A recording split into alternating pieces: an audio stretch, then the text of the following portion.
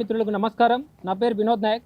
ఈరోజు ఈ మధు అయితే ఎవరైతే ఉన్నారో ఆ బాధిత పక్షాన ఈరోజు మా విలేజ్ నుంచి, మాది దేవరకొండ నియోజకవర్గం కావచ్చు, సాగర్ నియోజకవర్గం కావచ్చు, మిర్యాలగూడ కావచ్చు, ఇటు వరంగల్ కావచ్చు, ఖమ్మం కావచ్చు, ఈ బాధితులు మొత్తము మా విలేజ్లోనే మా సొంత అన్ననే 2 కోట్ల రూపాయలు ఈ మధు అనే వ్యక్తికి సమర్పించడం జరిగింది.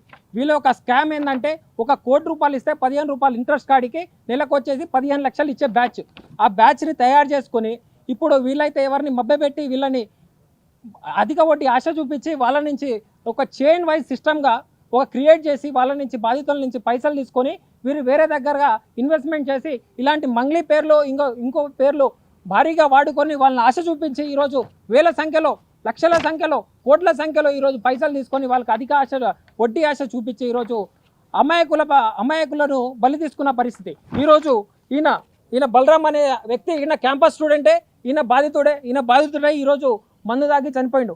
ఈరోజు బాధితుల పక్షాన తీసుకున్న వడ్డీ పైసలు ఏవైతే ఉన్నాయో వాటికి తీర్చలేక వాళ్ళ ఇంటి రిజిస్ట్రేషన్ పేపర్లు పెట్టి, ల్యాండ్ పేపర్లు పెట్టి, బ్యాంకు లోన్ తీసి వాళ్ళకు ఇవ్వలేని పరిస్థితి వచ్చినప్పుడు వాళ్ళ ఇంటి దగ్గర వచ్చి వీళ్ళకు నానా రకాలుగా ఇబ్బంది పెడుతుంటే ఈరోజు వీళ్ళు సూసైడ్ చేసుకునే పరిస్థితి కనిపిస్తుంది. ఈరోజు ఈ మధు అనే వ్యక్తి, ఈ బాలాజీ అనే వ్యక్తి, ఈ శివ అనే వ్యక్తి, ఈ మంగ్లీ అనే వ్యక్తి లేకపోతే ఈరోజు ఈ బాధితులు అనేది సావుకి కారణం లేకపోయేది. ఈరోజు వాళ్ళ కుటుంబ సభ్యులతో హాయిగా ప్రశాంతంగా వచ్చిన అరకొరక జీతాలతో కావచ్చు, అరకొరక డబ్బులతో కావచ్చు ప్రశాంతంగా బతికేవాళ్ళు. ఈరోజు గిరిజనులు ఈ స్థాయికి, మా గిరిజనులను మమ్మల్నే మోసం చేసే స్థాయికి దిగజారంటే వాళ్ళ తెలివి ఏ రకంగా ఉందో, వాళ్ళ తెలివి ఏ విధంగా పై స్థాయికి ఉందో, వాళ్ళు ఏ పెద్ద కోణాలతో, పెద్ద తలకాయల చేతుల్లో ఉన్నారో అనేది కూడా మీరు గుర్తుపెట్టుకోవాల్సిన విషయం ఉంది. ఈరోజు సంపత్ నాయక్ గారు ఈరోజు ఈ ప్రోగ్రామ్ని, ఈ స్కామ్ని బయటపెట్టడం ద్వారా యావత్ తెలంగాణలో ఉన్న బంజారా బిడ్డలు సంపత్ అన్న గారికి ఫోన్ చేసి,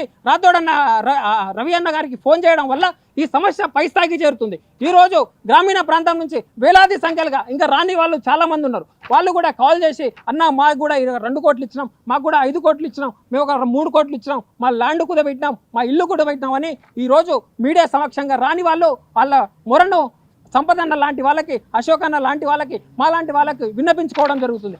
మా పక్షాన ఈ బిడ్డలకు న్యాయం జరగడానికి వాళ్ళని 100% ఈ మంగ్లీ ఎవరైతే ఉన్నారో, వాళ్ళ తమ్ముడు అయితే ఉన్నారో, వాళ్ళ చెల్లె అయితే ఉన్నారో, వీళ్ళందరూ మధు వాళ్ళ ఇంటికాడ ఎందుకు పోయారు, వాళ్ళ చెల్లెలతో ఎలాంటి సంబంధాలు ఉన్నాయి, ఒకసారి మీరు ఆలోచించుకోవాల్సిన అవసరం ఉంది. ప్రతి ఫంక్షన్కి పిలుస్తావు, ప్రతి కార్యక్రమానికి పిలుస్తావు, ప్రతి బర్త్డేగా పిలుస్తావు, నీకు 15 లక్షల ఏదో గోల్డ్ చైన్లు అంట, ఏవో గోల్డ్ నెక్లెస్లు అంట, ఇవంతా ఆరోపణలు ఉన్నాయి. దీనికి రుజువు చేసుకోవాల్సిన అవసరం నీ ముందు ఉంది.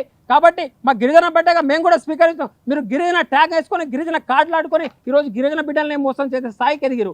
కాబట్టి ఈ యావత్ తెలంగాణలో ఈ బాధితులు ఎవరున్నారో వాళ్ళకు న్యాయం జరిగే విధంగా మేము పోరాడతాం. మీరు కూడా మాకు అండగా నిలబడని, మీడియా వాళ్ళు కూడా వీటిని ఎంత పాసిబుల్ అయితే అంత ప్రజల్లోకి తీసుకెళ్లాలని కూడా కోరుకుంటున్నాం.